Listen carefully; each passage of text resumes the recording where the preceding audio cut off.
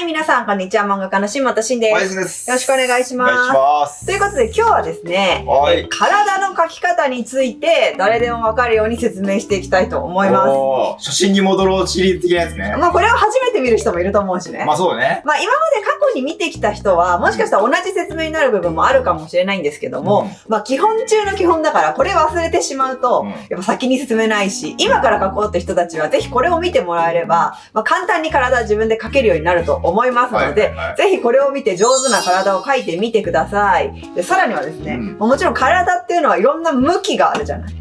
だから今回は正面だけじゃなくて、斜め向きとか横向きとかにまで触れたいと思うので。じゃあまあ描けるよって人は、まあちょっと飛ばしてもらって後半から見てもいい、そういう感じで、ぜひちょっと難しいからさ、体って本当に一番難しいんじゃないってくらい難しい。こうなってきてよくわかんない。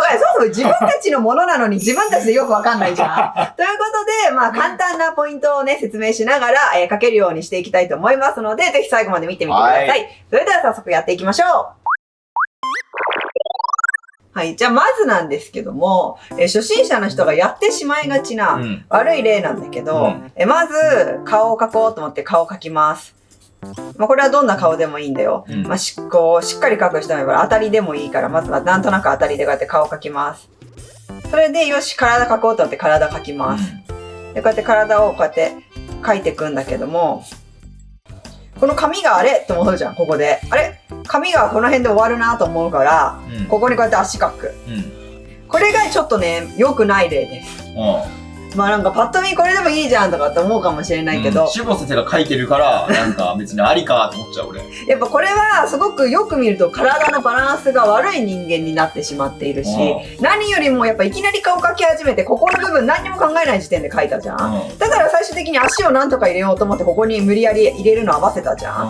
そうすると上半身が長くて下が短足みたいな人間になりがちになってしまう。初心者の人ってこういう絵を描きがちなのね。まあわからなくない。だからまず大事なことっていうのは、先に自分が何頭身のキャラを描くかっていうのを決めることなのね。なので、例えばだけど、極論このサイズの絵でいくんだったら、この人の頭がこのサイズでしょ、だとすると、1、この丸が何個入るかになってくるから、2、3、4、5。まあ大体ざっくりね。これだと大体5頭身のキャラを描くっていうことになる。このもし顔でこの紙に対して描いたらね。でもまあよくある漫画のキャラっていうのは大体6頭身から8頭身ぐらいが基本かなと思うので、もしこの絵でね、7頭身キャラを描きたい場合はね、ここにさらに2個丸必要なのね。紙からではみ出ちゃうのね。っていうことは自分の中で事前に理解してないといけない。紙に対しての頭の大きさみたいな。なので、実際は7頭身キャラを描く場合っていうのは、1、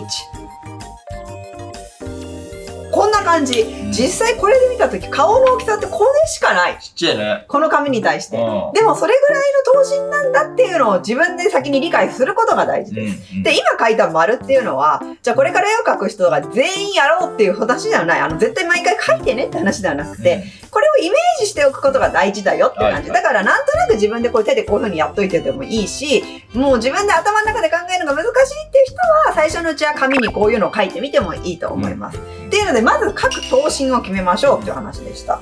じゃあ今度7頭身を描くっていう風に決めたら、ちょうどここの丸の部分のサイズで顔を描いていくってことになります。このピンクの幅に顔を埋めたいので、当たりを取る際もこの幅の感じで顔の当たり取っていきます。ということでざっくり当たり取ってみました。実際はじゃあこれぐらいの7頭身キャラを描くときは顔のサイズになります。で、ここから体を描く際に覚えておいてほしい3つのポイントの説明です。まずですね、上半身と下半身。それの比率がだいたい1対1。もしくはスラッとしてて足が長いよって人は1対 1.2 ぐらいの気持ちで分割したいのね。つまり半分の部分、1対1ってどういうことかっていうと、こう来てこう来るじゃない、半分、ちょうど7頭身の半分はこの真ん中の丸のここだねっていう感じ。大体ね。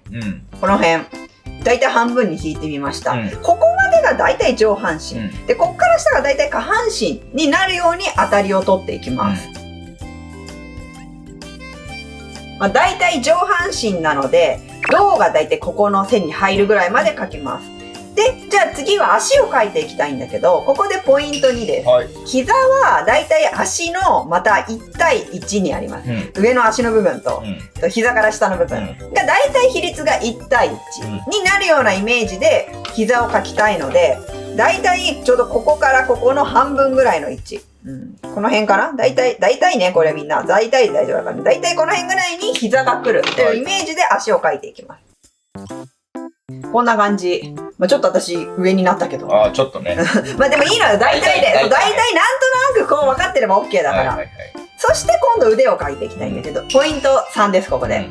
腕の肘の位置っていうのも、だいたい手と、この下の手と上の手で1対1ぐらいの比率になるように描きます。で、手のひら、手の部分がちょうど足の付け根ぐらい。この辺に手ってくるイメージです。なるほど。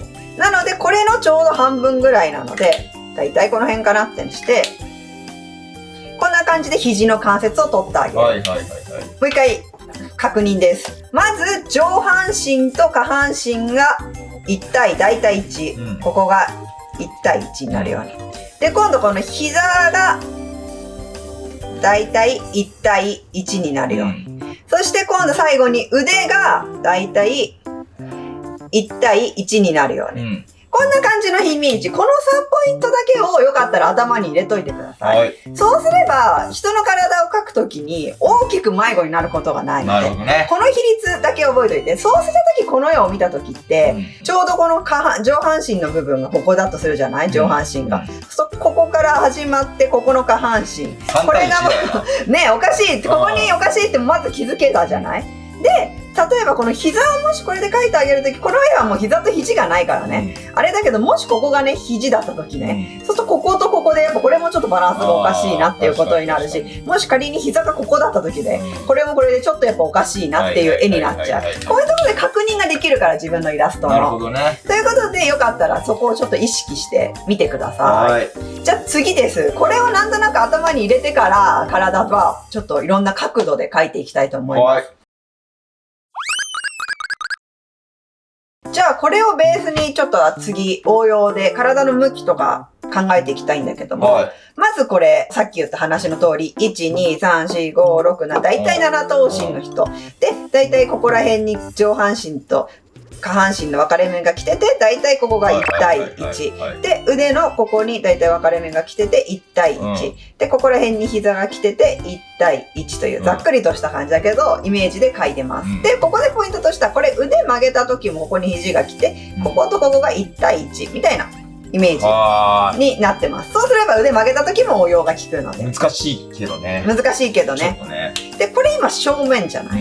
正面の時の体っていうのは、正直この胴体の方が、ポーズにもよるっちゃいるけど、基本の立ちポーズとか、普通のピースポーズとかだと、体が優位なので、腕はちょっとこう胴体の後ろに隠れるような感じで今ここ書いてるの分かる？これがちょっと斜め向きになっていった時どうするかっていう、ちょっと一番みんながそここんがらがるところだと思うので、書いていきたいと思います。まず顔は斜め向きに描きます。ここ顔が斜め向きに描けないよって人はよかったらまた別の動画で顔の描き方とかいろいろあるので、斜め向きの顔の描き方はちょっと勉強してください。その後体を今度斜め向きにしていきたいんだけど、この時に一個おすすめの体の考え方があって、体の当たりを取る時に、この丸みたいなイメージ、これあんま良くない例で、この四角でこのちょっと斜め向いた時にこう四角が薄まるみたいなマッチ箱みたいなイメージ、これがおすすめのイメージです。これでやってあげると斜めになった時とか今後横を向いてった時の体の形の取り方もイメージしやすいと思うので、よかったら人間の体だってこう丸く膨れてる物体じゃなくて、こうマッチ箱みたいなちょっと四角い形してる物体だと思ってください。この形で斜め向いた体の当たり取っていきます。はい、こんな感じで斜めの体を描くときは、さっきだと体の胴体が手前で、奥の方にちょっと腕があるイメージだったけど、手前に来る腕っていうのが、まずこっち側に出てきます。で、比率はさっき言った通り、このまま1対1。この比率は維持するようにしてください。で、今度奥側の手っていうのはより肩が見えなくなっていく感じで、肩が見えないけど手は出てくるみたいな。まあこれちょっとそのポーズによってどうしても変わっちゃうからね、一概には全部そうとは言えないけど、こう奥の方の肩はより見えなくなっていく、こっちは全部見えるようになるっていうイメージで肩と腕の描き方ちょっと意識してみてください、で足も同じです、正面の時って両方が均等に見えてるけど、手前側の足が大きく見える、足の付け根、膝、足首まで全部がよく見えるようになって、奥側の方の足っていうのは見えなくなって隠れてくるっていう、そう、このイメージをちょっとずつ持ってきてずらしていくっていう、ちょっとずつ角度を変えてずらしていくっていうのが大事。すごく難しい、でもそのちょっとずつの変化っていうのは。そうだよね。だから初心者はとりあえずまずこの1パターン、自分の一番描きやすい斜めを持ってれば OK。なるほどね。そんな細かいのは後にしよう。1パターン持ってりゃいいよ、とりあえず。1パターン自分の中でなんとなく納得のいく斜めの体の描き方をちょっと持っといてください。じゃあ次、これが完全に真横になった時。もうさらに奥が見えなくなって手前が手前に出てくるっていう感じです。なので関節は全部見えるようになって、肘の関節も手前に見えるようになって、手がここにある。で、比率は同じね。こういう感じ。で、逆に奥のはもうほぼ腕とかはもう見えなくなって、本当はここの奥に腕があるけど、まあこっち側しか見えない1対1みたいな感じです。ああ、これ難しいね、考え方ね。で、足ももう片足しかもうほぼ見えてないっていう感じで、こんな感じで。もうほぼ奥の足は見えてない。もう正直かぶっちゃってるなっていう感じで描く。これがこのさっきの言った原理かな。どんどん薄くなってってるのがわかるかな。正面の体、斜めの体、横の体で体がどんどん見え方として薄くなっていくっていう。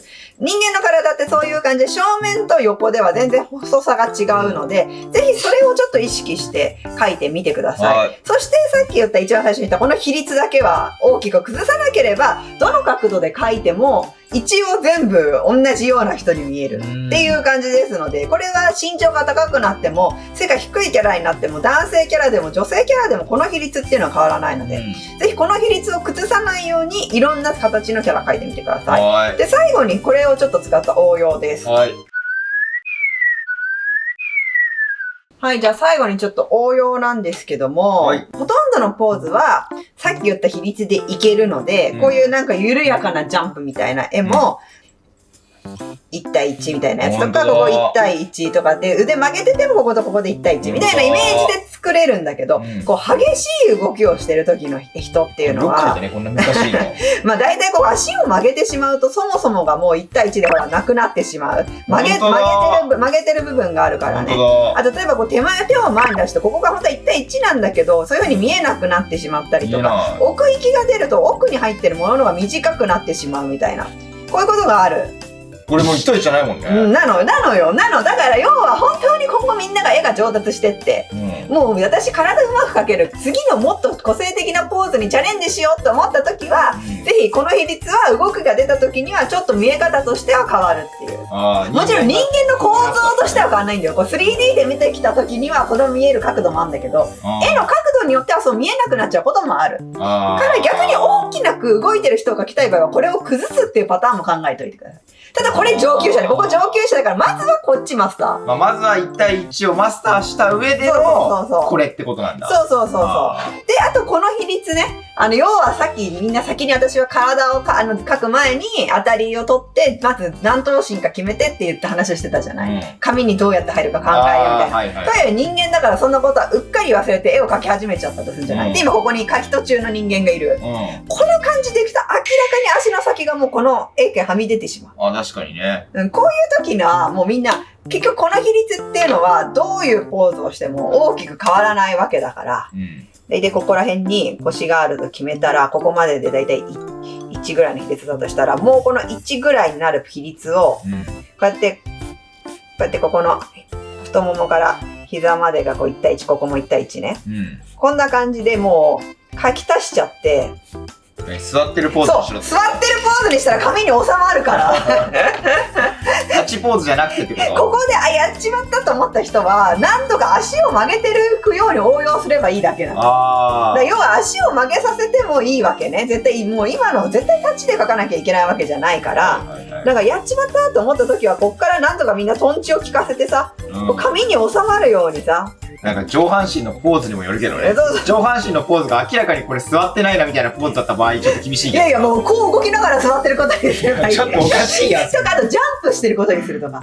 足をこうだからこれでちょっと曲げるだけでもいいし、ここまで曲げたらほらもっとここが狭めれるから。まっすぐにしなければいい。そうだ。要はこうトンチを効かせてみんななんとかこう画面内に収めるようにしてください。なんとかこの比率を維持してれば、なんかこう足曲げてもおかしくないからさ。なるほどね。っていうのを一個どこ脳内に入れとけば応用効くから。はいはいはい。まあやっちまったって時はぜひ足を曲げるポーズに変えようっていう。なるほどね。のをぜひちょっとよかったら考えてみてください。それは紙にちゃんと収まるから、ね。はいはいはい。ということで今回は体の書き方についてでした。まあ基本的なことなので、ぜひよかったらちょっと今回のしっかり頭の中に入れて覚えておいてもらって、今後いろんな絵を描く時の基礎にしてみてください。はい、よろしかったらチャンネル登録と高評価ボタンもよろしくお願いします。ではまた他の動画でお会いしましょう。漫画家の島田慎と。バイバーイ。バイバーイ。